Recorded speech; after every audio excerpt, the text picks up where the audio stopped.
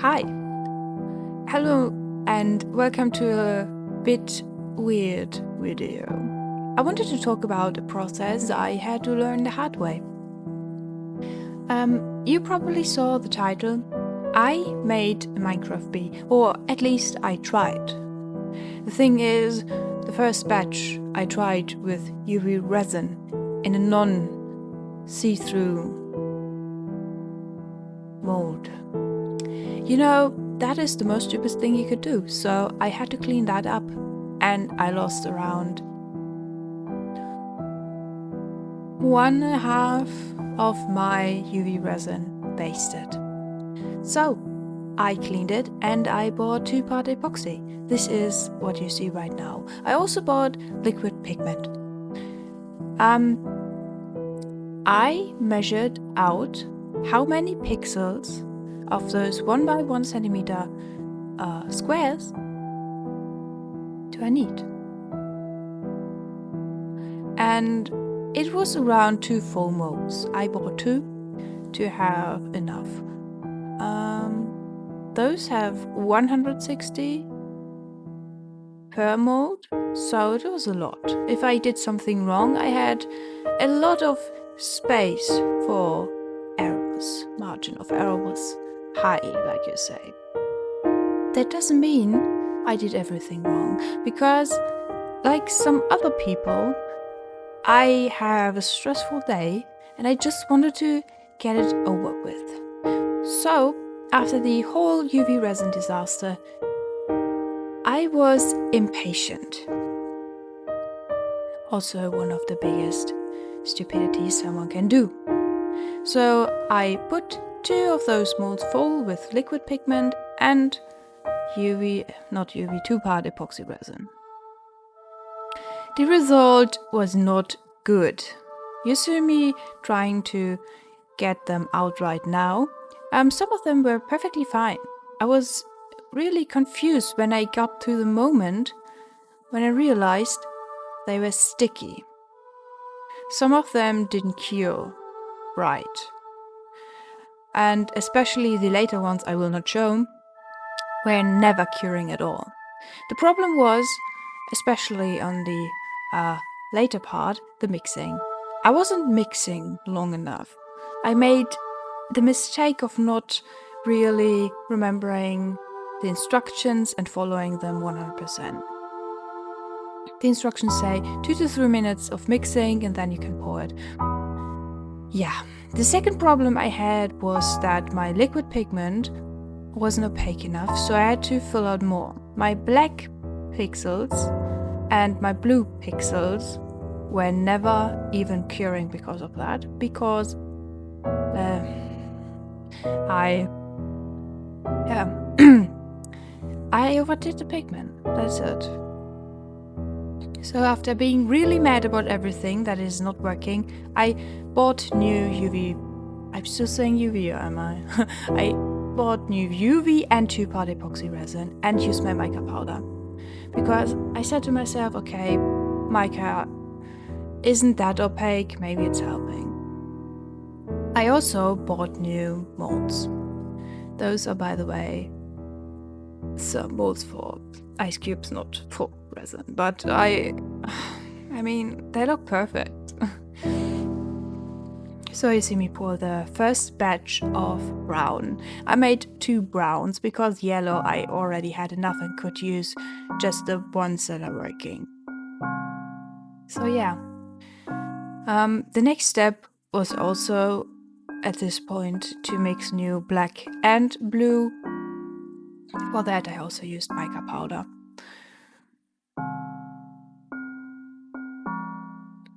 I personally have to say at this point that mica powder is a scary situation. If you don't know where it comes from, there's some illegal sources and mining problems. If you want to use mica, don't be me and buy cheap from China. Try to find out where they source their metallics, because it's a huge issue.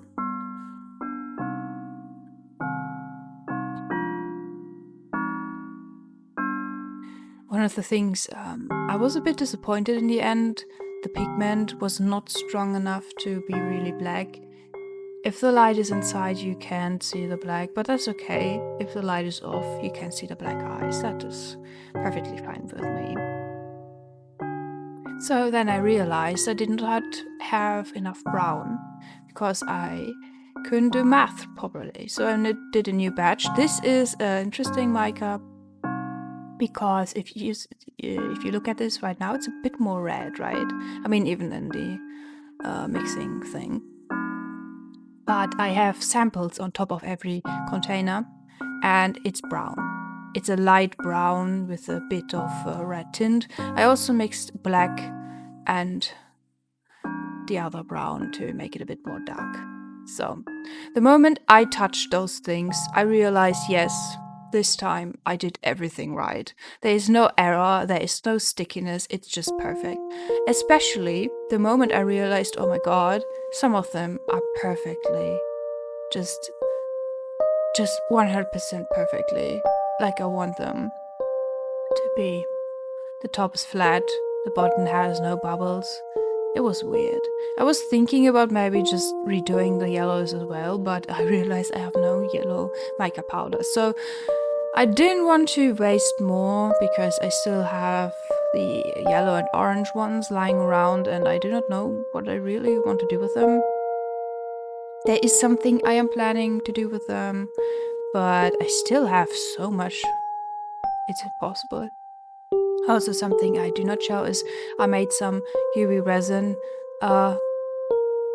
half-filled pixels for the stinger and the wings and stuff like that, but I didn't use them in the end because I realized they do not work out. It's still a not see-through mold that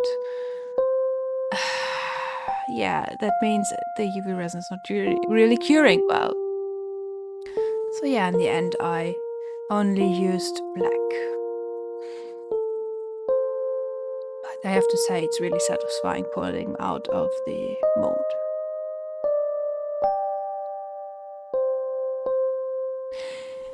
Starting the assembly, I printed a paper mache, paper doll thing, instruction sheet.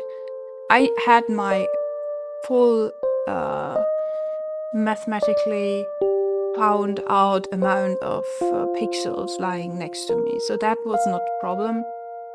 The problem was when I had to use which color. I measured them out by the face is 7 by 7, and then you have to subtract the parts that are already lying down, if you can understand what I mean. And I marked them later in the video. The bottom part that was 100% perfect was the front, so that it is more good looking. The top was wonky as hell, especially from the yellow ones. By the way, the assembly took 3 hours, if I remember correctly. This is a 16 times sped up video right now. Also, I was talking to someone to speed up the time for myself. And I glued a lot of my fingers to my fingers because of the super glue. The plan now, after doing the face, was to just start the side, but then I realized I did a really big mistake. The top, the inside, is not square. So I had to sand it flat, which did not work very well, but I tried my best. And then you can't see it right now, but I had the instructions laying the way around like the face was, because I will 100% mix up what I'm doing. I'm just that unconcentrated. You're just pulling out yellow and orange and brown and hope for the best, and in the end, it's maybe not that good looking. Many times in this process, I was thinking about well, just throw it in the trash because it's wonky and really like ugly. You could say that, yes. It wasn't looking right. But I thought to myself, well, you did so much. You bought so much materials. I mean, the amount of materials together was way over 100 euros. Just because I had to rebuy the molds and more UV resin, more two-part epoxy, and it was just so bad. And now you see, the wall is really, really wonky. That is because my yellow squares aren't squares. Oh, the wall is falling back. That is especially fun. Don't worry. I tried to fix it. Did not go well. But in the end product is really nice. I'm sitting it besides me right now, and I finished it yesterday. Yes, I finished it yesterday and had it. The moment it was getting dark, I turned it on, and it was perfect. It does its job, so I'm not mad.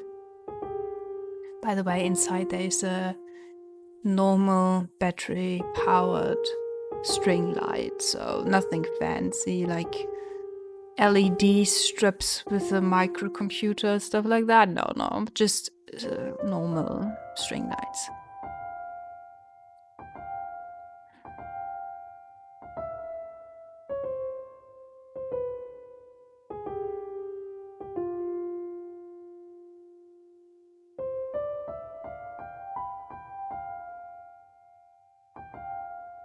That is the moment I realize I misglued something and there's a big gap. Which if you use super glue or whatever fast drying glue you use, it's really bad because you can't detach it easily. Especially because this is resin. Some of those things to release glue also can attack resin. So I just use my scalpel and yeah. That was a test fit if it works. If it doesn't fit, I haven't even tested if it would fit after assembly because there would be like not much space inside. And then you just like put the lights inside and there's no space left for the battery pack, and then you do what? So yeah, I tested it, and in the end it doesn't matter because you can stuff it inside and never get it out again because it's really it's such a tight fit. In the end, I don't care. If the battery is empty, the battery is empty. Maybe I will remember to change them. Those lights, they don't use that much battery life. I have a different, more LED style pixel lamp that still has its original batteries from 2 years ago. That was so long ago and I used it so much and I thought maybe the thing will go empty sometime soon. Nope, no chance. It's still running. Now I use UV resin to have a final layer, especially because I need to fill some gaps that were created while doing this to mask them. If I wouldn't do that, there will be light shining through stuff and I don't care. I don't want that, I mean. I care a lot about stuff like that. The problem with this was especially that I could not cure them while they were running on the inside, which was so stupid. So I touched a lot of resin in the process, which you should never do. Also, something I forgot to say, if you're sanding resin, use a mask. 100% use a mask and open the window if you can, or have one of those filtering systems inside your room because the dust is really, really dangerous. Now you see that I sanded, or I glued together the accessories, you could say, yes, for the bee, and I sanded it afterwards, which I also used the mask for again. And yeah, be careful with this. Last layer also had UV resin, which means everything that was weird or where I touched it again was fixed. I made a more non-subtle surface. It's a bit bumpy, so textured, if you know what I mean. And yeah, that's basically it. I hope you had fun watching me struggle so much. That was something really that took so long. Thank you very much for watching, and I hope you like the end result, because I do. Yeah. See you or hear you or whatever next video. Have a nice day. Have a nice week. Bye bye.